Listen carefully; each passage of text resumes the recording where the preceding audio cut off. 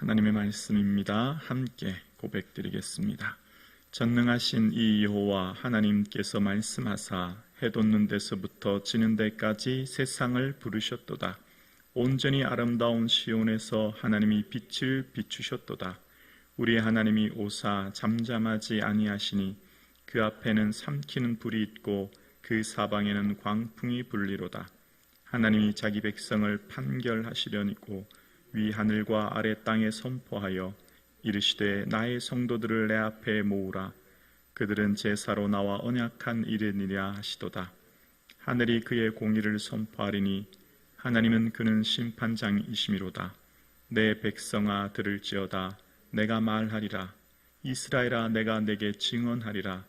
나는 하나님 곧 내 하나님이로다. 나는 내 재물 때문에 너를 책망하지는 아니하리니 내 번제가 항상 내 앞에 있음이로다. 내가 내 집에서 수소나 내 우리에서 수념소를 가져가지 아니하리니 이는 산림의 짐승들과 뭇산의 가축이 다 내 것이며 산의 모든 새들도 내가 아는 것이며 들의 짐승도 내 것이로다. 내가 가령 주려도 내게 이르지 아니할 것은 세계와 거기에 충만한 것이 내 것이미로다. 내가 수소의 고기를 먹으며 염소의 피를 마시겠느냐? 감사로 하나님께 제사드리며 지존하신 이에게 내 소원을 갚으며 환난 날에 나를 부르라. 내가 너를 건지리니 내가 나를 영화롭게 하리로다. 아멘. 할렐루야. 좋으신 하나님을 찬양합니다. 새롭게 한 주간을 허락하신 주님 기뻐하시는 이 한 주간 되기를 주님의 이름으로 축복합니다. 아멘. 오늘 말씀을 깊이 묵상하면 예수님 다시 오실 때 모습이 어떠할지를 그려보게 됩니다. 그리고 온 세상의 심판주로 오실 예수님께서는 성도들에게 진정 무엇을 원하시는지에 대해서 깨닫게 됩니다. 그러니까 하나님이 우리 성도들에게 무엇을 기대하고 바라셨는지, 그러니까 하나님께서 이 땅에 다시 오실 때 모든 성도들을 불러 모아 심판하실 때 그 기준이 무엇인지, 그러니까 하나님이 가장 가치 있게 여기시는 게 무엇인가를 오늘 본문은 우리에게 말씀해 주는 겁니다. 그래서 오늘 본문을 묵상하면 내 삶을 어떻게 살아야 될지에 대해서 깨닫게 됩니다. 오늘 본문을 통해 주의 은혜를 누릴 수 있기를 주님의 이름으로 축복합니다. 많은 시편들은 예를 들면 다윗 같은 경우가 시편을 많이 기록했지 않습니까? 그러면 내 삶의 아픔과 고난을 하나님께 아뢰고 올려드리죠. 그러니까 문제가 있을 때 하나님 앞에 나와 주님을 배웁고 내 삶을 아뢰는 시편들이 대부분이었지만 오늘 특별히 아삽의 시는 하나님이 직접 말씀하시는 시예요. 하나님이 직접 선포하시고 하나님이 직접 우리를 통해 아삽을 통해 말씀하시는 시인 것을 봅니다. 그러면서 1절과 2절과 3절에 보면 마지막 날의 모습이 그려집니다. 1절입니다. 전능하신 이 여호와 하나님께서 말씀하사 해 돋는 데서부터 해 지는 데까지 세상을 부르셨도다. 온전히 아름다운 시온에서 하나님이 빛을 비추셨도다. 우리 하나님이 오사 잠잠하지 아니하시니 그 앞에는 삼키는 불이 있고 그 사방에는 광풍이 불리로다 라고 말씀하세요. 하나님께서 온 천하 모든 만물을 이제 그날에 부르십니다. 하나님, 빛 되신 하나님께서 오시는 그 하나님은 우리 하나님이십니다. 내 하나님이시죠. 아빠 아버지 되십니다. 자, 그분이 오시는데요, 불과 광풍과 같은, 마치 모세를 만나셨을 때 그 모습을 연상케 하는 그 광풍이라고 하는 그 무서운 바람 몰아치는 심판주로 오신다는 걸 말씀합니다. 자, 그러면서 하나님은 이제 잠잠하지 않으신다는 거예요. 많은 무신론자들, 이 땅에는 많은 사람들이 신이 어디 있냐, 하나님이 어디 있냐, 한번 나와봐라. 하나님 있으면 내 손에 무슨 장을 치신다. 하나님이 무슨 천지를 창조했느냐, 수많은 사람들이 얘기할 때 주님은 침묵하시죠. 그러나 그날에 주님은 더 이상 잠잠하지 않으십니다. 마치 오늘 이 시편, 내일 묵상할 시편 21절에 보면 내가 이 일을 행하여 50장 21절에 보면 내가 이 일을 행하였어도 내가 잠잠하였더니 네가 나를 너와 같은 줄로 생각하였도다 라는 말씀이 있어요.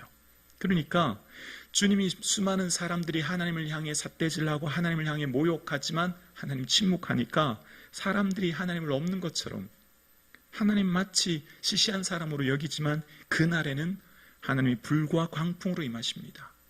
그날의 심판주로 오실 때 하나님이 얼마나 무섭고 두려운 하나님이신가를 오늘 본문이 설명하기 시작하는 거예요. 그러면서 재판장이신 심판주로 오심을 말씀하십니다. 4절과 5절입니다.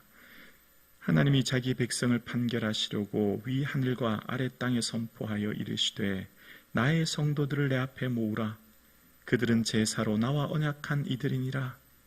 6절이요 하늘이 그의 공의를 선포하리니 하나님이 그는 재판장이심이로다. 아멘. 드디어 하나님이 온 하늘과 땅의 모든 사람들, 특별히 자기의 사랑하는 백성을 부르십니다. 그리고 판결하실 때 말씀하시기를 나의 성도들을 내 앞에 모으라 말씀하십니다. 우리가 마지막 순간 우리 모든 성도님들은 드디어 하나님 앞에 서게 될 겁니다. 그날, 그 영광스러운 날이 오게 되는 거죠. 그러면서 주님이 하나님께서 말씀하신 나의 성도들을 말씀하시기를 오늘 본문에 나의 성도라는 표현을 쓰고 있어요. 성도라는 것은 거룩한, 경건한 이런 의미가 원어에 있거든요. 우리는 모두 하나님 택하신 거룩한 자들이죠. 왜냐하면 내가 거룩하니 너희도 거룩하라 말씀하셨고 우리는 하나님의 친자녀가 되었기 때문이에요. 그래서 하나님은 거룩을 훼손시키는 것을 굉장히 싫어하시고 미워하십니다. 하나님의 거룩이 훼손당할 때는 진노하십니다. 하나님은 사랑의 하나님이시죠. 그런데 하나님이 죽이라고 하는 경우가 있어요. 너무너무 무섭게 말씀하실 때가 있어요. 그때가 바로 레위기 20장 2절에 보면 자식을 몰렉에게 내어주면 죽이라. 내 성소를 더럽히고 내 성호를 더럽혔다라고 말씀하세요. 자식을 몰렉에게 내주었다는 말은 몰렉이라고 하는 신에게 인신제사 드리는 자들, 그런 사람들은 다 죽이라고 말합니다. 왜냐하면 내 성호, 하나님의 이름을 더럽힌 자들, 하나님의 거룩이 훼손당하는 걸 견딜 수 없어 하시고 하나님은 즉각적으로 심판하십니다. 하나님이 사랑의 하나님이시죠. 특별한 것 아니면 다 인내하시고 인자가 많으시고 긍휼이 많으신 하나님이세요. 그러나 하나님의 본성이 어디에 있음을, 하나님이 무엇을 가장 미워하심을 알게 되는데 바로 하나님의 거룩이 훼손당하는 거예요. 그러니까 하나님이 우리에게 진정 뭘 원하실까요? 하나님의 뜻은 이것이니 너희의 거룩함이니라. 하나님의 뜻은 우리의 거룩이에요. 멀리 있고 할 수 없는 것 밖에 있는 일이 아니라 내 삶의 거룩을 지키는 거죠. 그래서 하나님의 이름을 망령되이 부르는 것 또한 하나님이 기뻐하지 않은 것은 주님을 거룩하신 분이기 때문입니다. 그래서 나는 여호와니 이는 내 이름이라. 나는 내 영광을 다른 자에게 내 찬송을 우상에게 주지 아니하였다라고 이사야 42장 8절에 말씀하십니다. 하나님의 그 거룩한 이름을 아무에게나 주신 이름이 아니며 아무나 택하신 것이 아닌 그 영광스러운 이름을 우리에게 주셨기 때문이에요.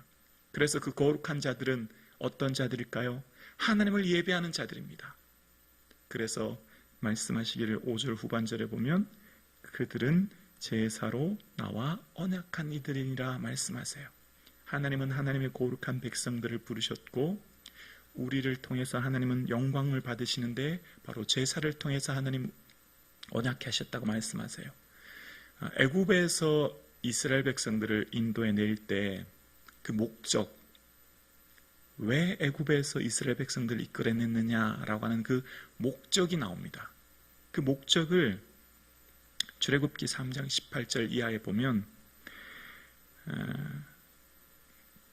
애굽 왕에게 이르기를 히브리 사람의 하나님 여호와께서 우리에게 임하셨은즉 우리가 우리 하나님 여호와께 제사 드리려 하오니 3일쯤 광야로 가도록 허락하소서라고 말하라고 모세에게 말씀하세요. 그러니까 애굽 왕 바로에게 왜 너희가 광야로 가야 되냐 말할 때 너는 분명히 말해라.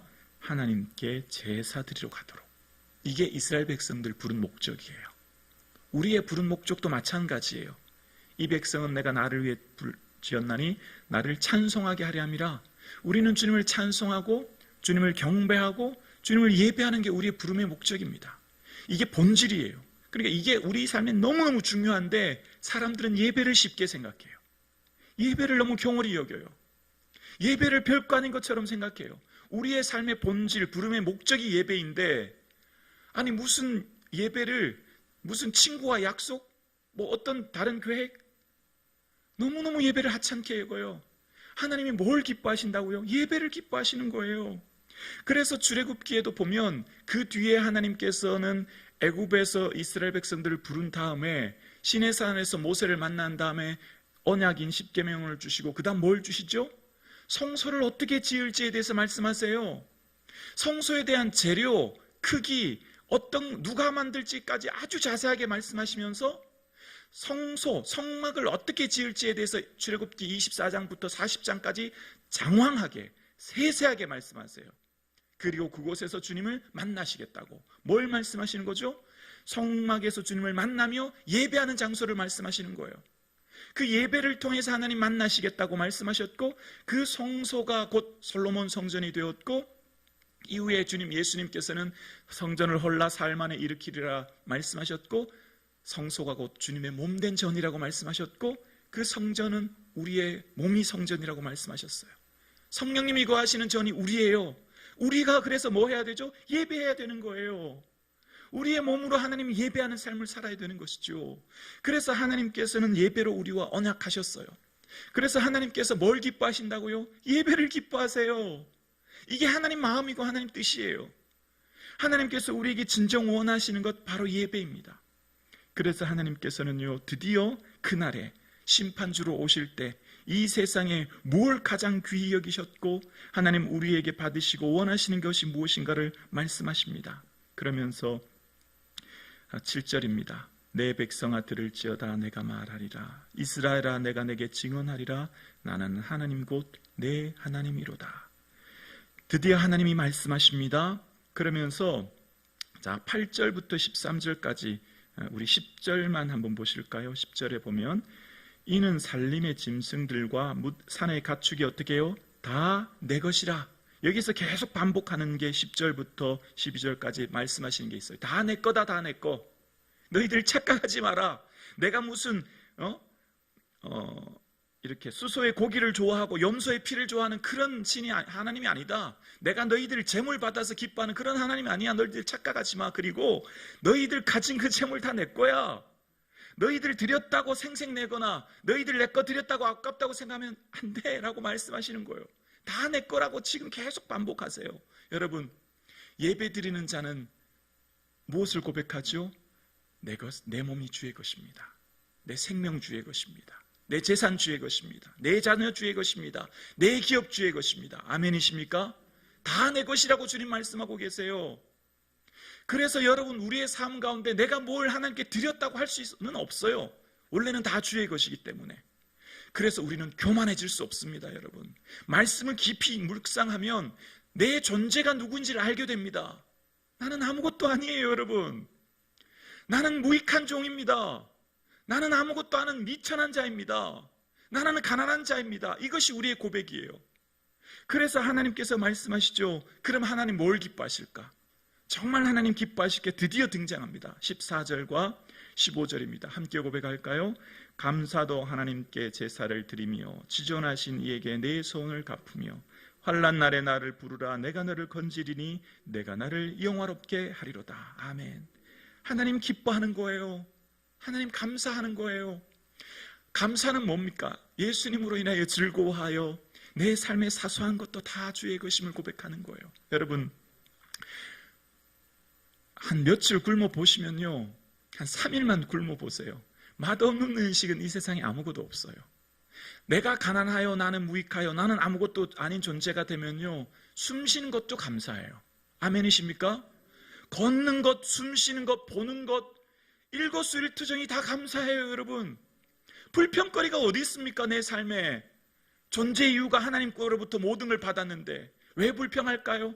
나는 이미 모든 것을 다 내 것이라고 생각하는 순간 그렇지 않아요. 모든 게 감사해요. 모든 게 감사해요. 하루를 주신 것, 눈을 뜨면서부터 감사하고, 예배당에 오늘도 이 새벽 예배 나온 것 감사하고, 목사인 저는 강대상에 서서 하나님 말씀 전할 수 있는 게 감사하고, 내가 무엇이었는데, 내가 뭔데 하나님의 거룩한 말씀을 감히 이곳에서 전합니까? 여러분, 우리 존재가 누구입니까? 나는 아무것도 아니에요. 다 주의 것이에요. 그래서 감사한 거예요. 하나님 감사해요.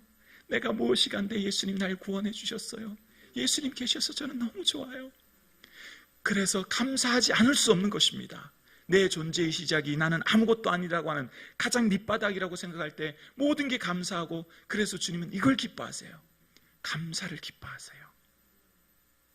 예수님이 계셔서 감사해요. 예수님이 계셔서 즐거워요. 예수님은 내게 자랑이에요. 주님은요, 감사하는 자를 기뻐하시는 줄로 믿습니다. 마지막 심판주로 오실 주님이 이걸 보시는 거예요. 얘들아, 나는 너희들의 재물 보는 게 아니야. 그 마음, 여러분, 누가 하나님께 재물 드리죠?